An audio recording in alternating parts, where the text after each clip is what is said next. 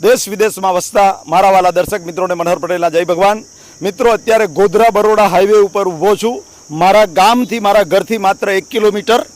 આજે પંચમહાલનું અમારું ફેમસ દેશ વિદેશમાં જેની બોલવાલા છે એવું એક ફળ તમને બતાવવા જઈ રહ્યો છું. એ ફળને મિત્રો ઇંગ્લિશમાં આઈસ એપલ કહેવામાં આવે છે.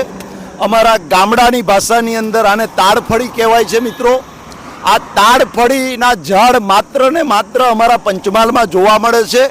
અહીંયાથી આ તાડફળી કાઢી અને બરોડા છે, સુરત છે, બોમ્બે છે, રાજકોટ છે, મોટા સિટીમાં એ એક્સપોર્ટ થાય છે. મિત્રો, આ તાડફળી જે છે એને આઈસ એપલ એટલા માટે કહેવામાં આવે છે કે આ તાડફળી, આ ફળ તમે કાપો, આ છોકરો કાપી રહ્યો છે, જુઓ તાડફળી કાઢી રહ્યો છે, આ બેન પણ તાડફળી કાઢી રહ્યા છે. મિત્રો, તો એમાંથી જે આ ફળ નીકળે છે એને હાથમાં પકડો તો તમને એમ જ લાગે કે આ ફ્રીજમાંથી કાઢ્યું છે.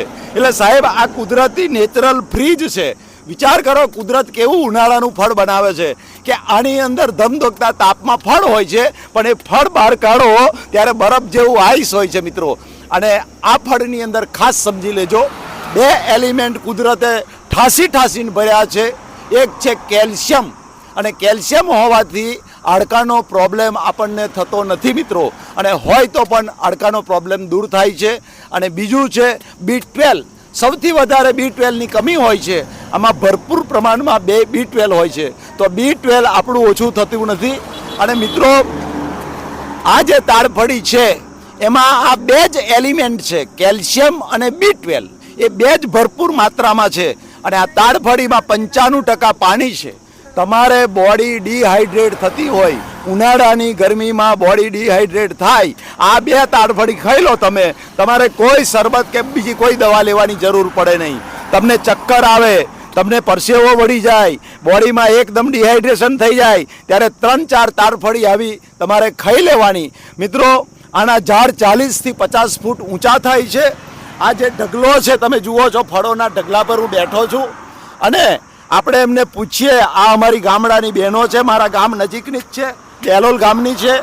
અને ડેલોલ ગામથી મારું ગામ 1 કિલોમીટર દૂર છે. આપણે એમને પૂછીએ કે આ ઝાડ જે છે કેટલા ઊંચા થાય છે. આ ઝાડ 40 ફૂટ ઊંચા હોય, 50 ફૂટ ઊંચા હોય. અને તમે રોજ સવારે ચડી જાવ એની ઉપર? હા, સવારે દરરોજ ચડીએ તો પડાય. બપોર અને ચડવામાં તકલીફ પડે? ઘણી તકલીફ પડે. ઉપર ચડ્યા પછી નીચે આવે તો આપણને સારું લાગે. નીચે ઉપરથી પડવાની બીક રહે. અને 40-50 ફૂટ, સાહેબ મિત્રો, 40-50 ફૂટ ઊંચું ઝાડ હોય અને ઉપરથી જો પડે ને તો એકેય હાડકું ના ચડે યાર. એવી પરિસ્થિતિ છે. આ તો અમારા આ જે પંચમહાલના જે તાડફળીના ઝાડ છે એના પરથી આ તાડફળી ઉતારવી એ રમત વાત નથી. મિત્રો, આ શું ભાવ આપો છો, આ વેચો છો? 50 રૂપિયાની 15. મિત્રો, 50 રૂપિયાની 15 નંગ આ આઈસ એપલ મળે છે. બજારમાં તમે સફરજન લેવા જાઓ ને તો સાહેબ 150 રૂપિયા કિલો મળે છે. આ 50 રૂપિયાની 15 એટલે કશું ના કહેવાય. પણ અમારા જે આ બંધુઓ બધા છે, બહેનો બંધુઓ છે, ચોમાસા ઉનાળામાં એમની આ સિઝન હોય છે. અને તાડફળી આ રીતે ઘણા લોકો તો અમારા પંચમહાલના 1-2 જણા એવા છે કે એ વિદેશમાં પણ એક્સપોર્ટ કરે છે. એમના કાયમના ગ્રાહક હોય છે તો એ પણ મોકલી આપે છે. તો આ તાડફળી મિત્રો ખાધે પાર રાખો. મારા પંચમહાલમાં આવો. ગોધરા બરોડા હાઈવે ઉપર દેલોલ ગામ આવે છે. દેલોલ ગામ આવશે એટલે ઠેર ઠેર તમને આ હાટડીઓ જોવા મળશે. અને હાટડીઓમાં યાર આ તાડફળી ખરીદીને ખાજો. એક વખત તમે આનો સ્વાદ ચાખશો ને મિત્રો, આ તાડફળીનો સ્વાદ એક વખત તમે ખાઈ જોજો તો તમને એમ લાગશે કે મિત્રો આને ખાધા કરીએ યાર, ખાધા કરીએ. અને એટલો આમ શરીરની અંદર ઠંડક.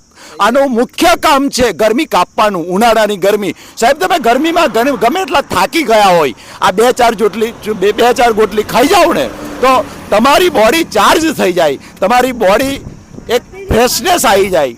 તરસ લાગી હોય તો તરસ મટી જાય. અને મિત્રો, એક સ્ફૂર્તિ અને શક્તિ આવી જાય છે આનાથી. એટલે રિહાઇડ્રેટ કરવાનું કામ કરે છે. તો ભૂલતા નહીં, ગોધરા બરોડા હાઈવે પર દેલોલ ગામ આવે ત્યાંથી જો નીકળવાનું થાય તમારે તો તમે પણ ખાજો, તમારા ઘરવાળાઓ માટે પણ લઈ જજો. અને આ ફ્રીજમાં 10 દિવસ, 15 દિવસ, 20 દિવસ ફ્રીજમાં રાખી મૂકશો, કશું થાય નહીં. અને હા, બહાર રાખવાથી એ બગડી જાય છે 2-4 દિવસમાં. એટલે ફ્રીજમાં રાખી મૂકશો તો એને કશું થાય નહીં તો મિત્રો આ આઈસ એપલ અમારું એક દેશ વિદેશમાં જેની બોલબાલા છે એવું અમારું આઈસ એપલ અમારી પંચમહાલની ઓળખ છે મિત્રો. કારણ કે ઓલ ઇન્ડિયા આખા ભારતમાં અમારા માત્ર ને માત્ર પંચમહાલમાં આ ઝાડ છે અને પંચમહાલમાં જ તમને આ ફળ જોવા મળશે મિત્રો. સિટીમાં જે જોવા મળે છે એ અમારા પંચમહાલમાંથી જ એક્સપોર્ટ થયેલો માલ હોય છે.